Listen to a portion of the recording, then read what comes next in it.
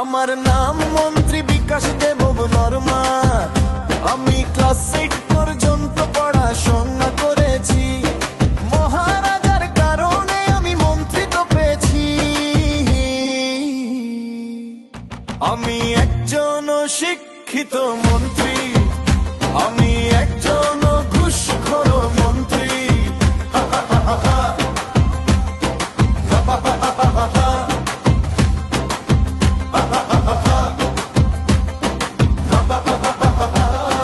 সবাই আমাকে গালিগালাজ করে, সবাই আমাকে প্রশ্ন করে, কেন আমি প্রসাদের বোকা বানিয়ে রাখি। কিন্তু সবাই একটি কারণ বোঝে না, আমি যদি তা না করি তাহলে আমার মন্ত্রিত্ব চলে যাবে। আমার পেছনে ইডি লাগিয়ে আমাকে জেলে পাঠাবে ভাই। আমি একজন অপদার্থ মন্ত্রী। আমার নাম মন্ত্রী বিকাশ দেব বর্মা। আমি ক্লাস 8 পর্যন্ত পড়াশোনা করেছি। মহারাজার কারণে আমি মন্ত্রিত্ব পেয়েছি।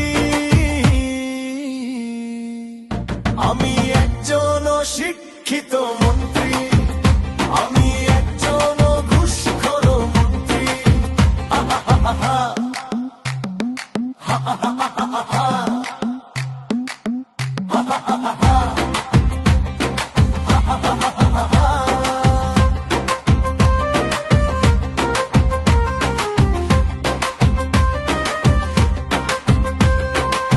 ক্ষমতা শেষ হয়ে গেলে আমি রাজ্যবাসীর কাছে ক্ষমা চাইবো। আমার পিঠ বাঁচাতে হলে আমি টিপরা মাথাতে যোগদান করব।